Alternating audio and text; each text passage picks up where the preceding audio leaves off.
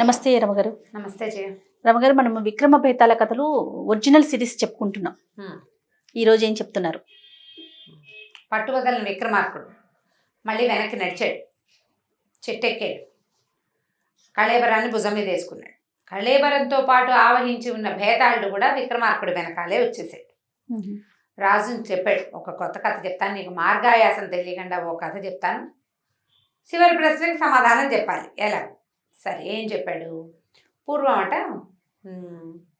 ఇది ఉజ్జయిని నగరంలో ఒక యువకుడు ఉండేవాడు. వాడి పేరు దేవశర్మ. అయితే ఏమైందట, వాళ్ళ నాన్న చాలా ఉత్తముడు, చాలా ఆస్తి స్వాస్థ్య బోళ్ళను ఉన్నాయి వాళ్ళకి. ఆయన చాలా అతిలోక సౌందర్యవతి అయిన ఒక పిల్లని తెచ్చి వీడికి ఇచ్చి పెళ్లి చేశాడు.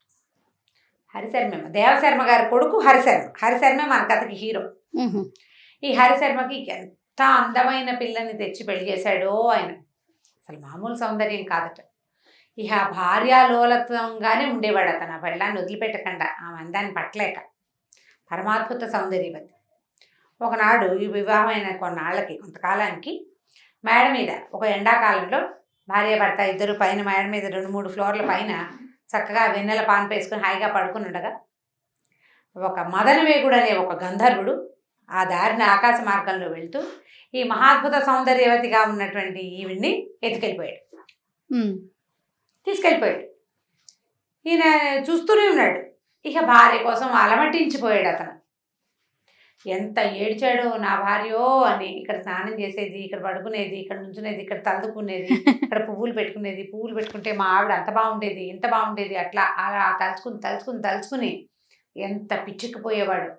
జనం వెతకడానికి ఎక్కడ వెతుకుతారు? గంధర్వుడు ఎత్తుకుపోయాడు. మనుషులు వెతుకుపోయారనుకో, పోనీ వెళ్ళి ఆ యుద్ధమో ఇంకోటో చేస్తారు. గంధర్వులతో ఏం చేస్తారు? సరే, ఇలా గడిచిపోయింది కొన్నాళ్ళు. అతను చాలా దిగులుగా భార్యా విరహంతో చిక్కి శల్యమైపోయి అలా ఉండేవాడు. అయితే ఇప్పుడు ఇలాంటి వాళ్ళు కనిపిస్తున్నారా ఎవరైనా? భార్య విరహం హమయ్య ఊరెళ్ళింది చాలు అనుకుంటున్నారు. మిగిలిన వాళ్ళు చుట్టుపక్కల ఏమన్నారు, ఎందుకురా ఏడుస్తావు, పెళ్ళని చచ్చిపోయిన వాళ్ళగా ఏడవకు, ఎక్కడో చోట బతికే ఉంది కదా, పోనీను, నీకంటే గంధర్వుడు ఇంకా బాగా చూసుకుంటాడు, మీ ఆవిడ ఇంకా సంతోషంగా ఉంటుంది గంధర్వ లోకంలో, అలాగని సంతోషపడి ఇంకో పిల్లని పెళ్లి చేసుకుని కాస్త సంసారం ముందుకు తీసుకెళ్ళు, మీ నాన్న అమ్మ పెద్దవాళ్ళు అయిపోయారని అందరూ చెప్పినా అతను వినలా. ఈ కొడుకు మీద దిగులతో తల్లిదండ్రి కాలం చేశారు. ఇతను ఏం చేశాడంటే తనకున్న ఆస్తి స్వాస్తి అన్నీ దానాలు చేశాడు. వీటి మీద ఆసక్తి లేదు అతనికి. దేశ దిమ్మరిగా తిరగడం మొదలుపెట్టాడు. అట్లా తిరుగుతూ ఉండేవాడు. కొన్నాళ్ళకి ఒంటి మీద బట్టలు చిరిగిపోయి, గడ్డం పెరిగిపోయి, ఒక బికారి అవతారంలో ఉండేవాడు పాపం. అట్లా తిరుగుతూ ఏదో ఒక నగరానికి చేరాడు. చేరితే ఏమైంది, ఇతను చేరిన ఆ నగరంలో ఒక సత్రం దగ్గరికి చేరాడు. ఆ సత్రం అధికారి పేరు పద్మనాభుడు. ఆ పూట ఆయన భార్య ఏదో నోము చేసుకుంటుంటే సరే చాలామందికి భోజనాలు పెట్టారు. సత్రం కూడా అన్నదాన సత్రాలు ఉంటాయి, రాజులు వాళ్ళు మెయింటైన్ చేసేవి, కొన్ని కుటుంబాల ట్రస్ట్లు మేనేజ్ చేసేవి అవి ఉంటాయి కదా. సరే, ఏమైంది, అందరి భోజనాలు అవి అవుతున్నాయి. సత్రం అధికారి భార్య బయట వచ్చి నుంచుంది ఆవిడ గుమ్మల్లో.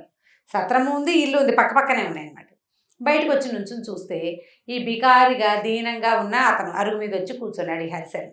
ఆవిడేమనుకుంది, అయ్యో పాపం అందరికీ ఏదో దరిపోయే వాళ్ళకి అన్నం పెడుతున్నాం, వీడు అసలు పాపం అన్నార్తుడు, ఇలాంటి వాడికి అన్నం పెడితే కదా మనకి పుణ్యం వచ్చేది అని. సరే, లోపలికి చూస్తే అప్పుడే అన్నాలు చివరి పెరుగన్నాల్లోకి వచ్చారు. అంతా విస్తర్లు, కొంతమంది లేచిన వాళ్ళు, కొంతమంది లేవని వాళ్ళు, గందరగోళంగా అంతా అంటూ మంగళం హైరాన్గా.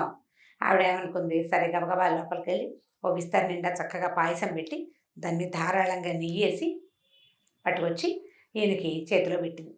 అయ్యా, మీరు ఆకలిగా ఉన్నట్టున్నారు, వెంటనే వడ్డించడానికి ఇంకా సత్రం అంతా శుభ్రం అవ్వలేదు, ఇంకా అన్నాలు తింటున్నారు, ఇంకా భోజనాలు చేస్తున్నారు, కొంతమంది లేచారు, ఎంగిలిగా ఉంది, అంచేత మీరేం చేస్తారంటే కొంచెం అవతలగా తీసుకెళ్ళి ఎక్కడైనా కూర్చుని స్థిమితంగా తినండి అని చెప్పింది. అంటే లేట్ అయిపోతుంది, నువ్వు ఆకలితో ఉన్నట్టున్నావు అని భావించి పళ్ళెలో పెట్టి చక్కగా నెయ్యి కూడా వేసి ఆకులో పెట్టి ఇచ్చింది.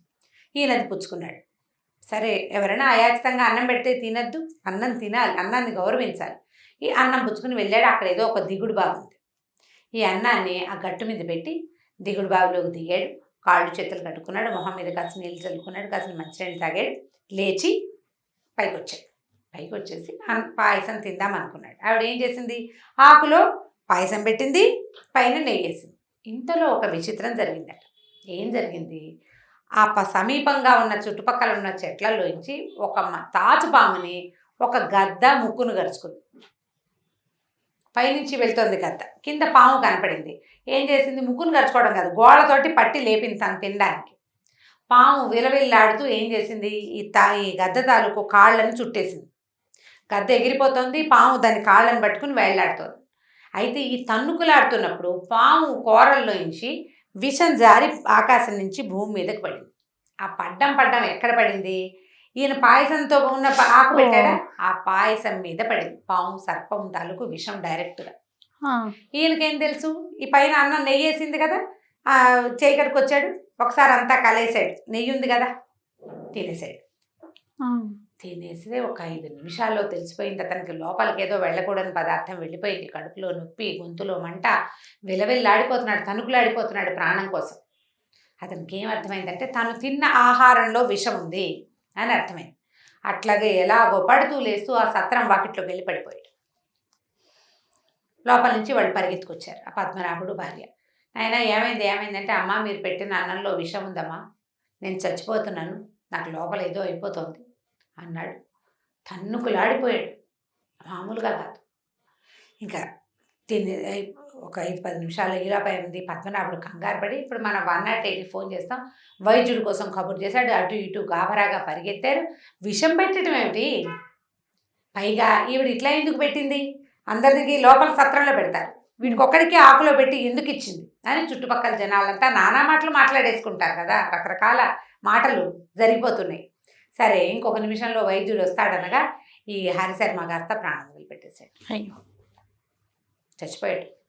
చచ్చిపోయేసరికల్లా నిర్ఘాంతపోయారు జనం అంతా. ఈయన పద్మనాభుడు పాపిస్తాన, నీ వల్ల ఒక బ్రాహ్మడు చచ్చిపోయాడు, విషాన్ని ఎందుకు పెట్టావో నీ దగ్గర సమాధానం లేదు, బ్రాహ్మణ హత్యాపాతకం బ్రహ్మహత్యాపాతకం నా నెత్తికి చుట్టేవు నువ్వు. ఎందుకంటే భార్య పెట్టిందంటే భార్య తప్పులు భర్తవి, అంతే. భార్య ఖర్చు పెట్టే సంపదంతా భర్తది. ఈ పాపంలో నాకు భాగం ఇస్తావా నువ్వు? పో, నా ఇంట్లో నుంచి వెళ్ళిపోమన్నాడు. చుట్టుపక్కల జనమంతా హాహాకారాలు చేశారు. కానీ ఏమనాలి ఇప్పుడు? బ్రహ్మహత్యాపాతకం, జారిపోయే బ్రాహ్మణ్ణి పాయసం పెట్టి చంపేసింది ఆవిడ. నిర్ఘాంతపోయారు అంతా, ఏం చేయలేకపోయారు. ఆవిడ ఏడుస్తూ వెళ్ళిపోయింది ఇంట్లోంచి బయటికి. ఏడుస్తూ ఇంట్లోంచి బయటికి వెళ్ళిపోయింది. ప్రజలంతా ఏం చెప్పాలో తెలియకుండా మీదకుండిపోయారు. ఆ రాజభటులు వాళ్ళు వచ్చి ఇది చనిపోయినటువంటి హరిశర్మకి అంత్యక్రియలు అవి చేసేసారు. ఇప్పుడు భేతాళుడు అడుగుతున్నాడు.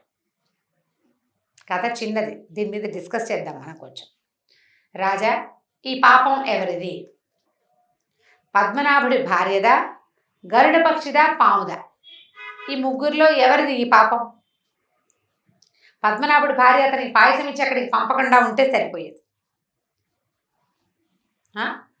పాయసం మీద నెయ్యి వేసింది, నెయ్యి అనుకుని విషాన్ని కూడా కలిపేసుకున్నాడు అతను. ఇక్కడే ఇంకో 10 నిమిషాలు ఉండండి, వంటలు ఎంగిళ్ళు అయిపోయాక మీకు అన్నం పెడతానంటే సరిపోయేది. కానీ అన్నం ఇచ్చింది. పాము దాని విషాన్ని అది కక్కేసింది, దాన్ని పైకి తీసుకెళ్ళింది. పైనుంచి పాము విషం అన్నంలో పడేలాగా చేసింది గరుడ పక్షి. వీళ్ళ ముగ్గురులో ఎవరిది తప్పు చెప్పు, ఈ పాపం ఎవరికి అంటగట్టాలి మనం ఇప్పుడు? బ్రహ్మహత్యాపాతకం ఈ ముగ్గురులో ఎవరిది అని అడిగింది. ఎంత బాగుంది యుక్తిగా ప్రశ్న. అప్పుడు రాజుగారు చెప్పాడు, విక్రమార్కుడు ఏం చెప్పాడో ప్రేక్షకులను అడుగుదామా, మనమే చెప్దామా? ఇప్పుడు లైవ్ అయితే ప్రేక్షకుల నుంచి మనం ఆన్సర్ తీసుకునే వాళ్ళం, అవకాశం లేదు కాబట్టి మీరే చెప్పేసేయాలి. రాజు ఏం చెప్పాడంటే, వీళ్ళ ముగ్గురిది తప్పు కాదు. ఆవిడ అన్నార్తుడిని చూసి అన్నం పెట్టాలని భావించింది, తప్పు కాదు, ఆమెది తప్పు లేదు అసలు. గరుడ పక్షి తన తిండి కోసం పాముని పట్టుకుంది, లోక సహజమైన సంగతి. ఒక పాముని అది మంచి పర్వంలో ఉన్నప్పుడు ఎవరైనా పట్టుకుని పైకి లేవదీస్తే దాని నోట్లోంచి విషం అసంకల్పిత ప్రతీకార చర్యగా పడిపోతుంది. ఇప్పుడు పాముది కూడా తప్పు కాదు. ఈ ముగ్గురికి ఈ పాపం అంటదు. ఎవరైనా మూర్ఖుడు వీళ్ళ ముగ్గురులో ఎవరో ఒకళ్ళకి బ్రహ్మహత్యాపాతకాన్ని కనుక అంటగట్టాడో అది వాడికి వెళ్తుంది. ఇప్పుడు పద్మనాభుడికి వెళ్ళింది ఇది, చూసారా? ఇప్పుడు సత్రమధికారి అయినటువంటి పద్మనాభుడు ఏ సంబంధము లేని వాడికి అంటింది. ఎందుకంటే ఇలా కాకతాళీయంగా జరిగిన వాటిలలో ఒకళ్ళని దోషిగా చేయకూడదు. ఆ దోషిగా చేసే ప్రయత్నం కనుక ఎవరు చేస్తారో ఆ తప్పు వాళ్ళదవుతుంది. కాబట్టి వీళ్ళ ముగ్గురికి పాతకం లేదు, ఆయనకి పాతకం ఉందని చెప్పాడు విక్రమార్కుడు. బేతాళుడు మెచ్చుకున్నాడు. ఇలాంటి ప్రశ్నకి నువ్వు తప్పిస్తే ఎవరు సమాధానం చెప్పలేరు. వ్యక్తుల వల్ల కాదు, ఇది మామూలు వాళ్ళ వల్ల కాదు, నువ్వు కాబట్టి ఇలాంటి ఆన్సర్ చెప్పావు, కానీ నువ్వు మౌనభంగం చేసావు, నేను వెళ్ళిపోతున్నాను అన్నాడు. వెళ్ళిపోతున్నానని వెళ్ళిపోయాడు. ఇప్పుడు వీడు ఈ హరిశర్మ అనేవాడు వాళ్ళ ఊళ్ళో ఉంటే పోయేవాడా కాదు, ఎలాగోలాగా ఉండేవాడు, బతికేవాడు. ఓ భార్య పోతే ఇంకో పెళ్లి చేసుకుంటే సరిపోయేది. జీవితంలో ముందుకెళ్ళాలి కదా, వెళ్ళకుండా పో అని భార్య వద్దు, నీ ఇంట్లోనే నీ వాకిట్లోనే నువ్వు ఉంటే పోయేది. దేశ దిమ్మరి అవటం కూడా అతని తప్పు, చావడానికి ఆ ఊరు వెళ్ళినట్టు అయ్యింది కదా. మనం సాధారణంగా ఇలా చాలా విషయాలు మన దగ్గర జీవితంలో జరుగుతూ ఉంటాయి. మనం వీళ్ళ వల్లే వాళ్ళ వల్లే వీళ్ళు ఇంకొకరిని మొదలెట్టి నిందిస్తూ ఉంటాం, ఎవరో ఒకళ్ళకి దీన్ని ఆపాదించుతాం, ఆ బాధ్యుల్ని చేయడానికి ట్రై చేస్తాం. మనం ఎవరో ఒకళ్ళు ఆ బాధ్యత తీసుకోవాలని అనుకుంటాం, కాలానికి దాన్ని వదిలిపెట్టేయాలి. ఇదో ఒక మిస్టేక్ ఒకటి జరుగుతుంది, ఆ జరిగిన దానికి ఏ ఒక్కళ్ళు బాధ్యులు కాకుండా పోతారు. ఇది ఇలా జరగకపోతే అది అలా జరిగేది కాదు, అది అలా జరగకపోతే ఇంకోలా జరిగేది కాదు, అది అట్లా జరగడం క్యాజువల్గా జరిగింది అంతే. కాబట్టి ఒకరిని బాధ్యుల్ని చేయటం కానీ ఎవరో ఒకళ్ళకి తప్పును అంటగట్టేయటం, ఆపాదించేయటం అది చెయ్యకూడదు. విక్రమార్కుడు చెప్పిన పాయింట్, ఆపాదించిన వాడు ఎవడుంటాడో ఆ తప్పు వాళ్ళదే అవుతుంది, చాలా బాగుంది, మన మీద ఉండిపోతుంది అన్నమాట.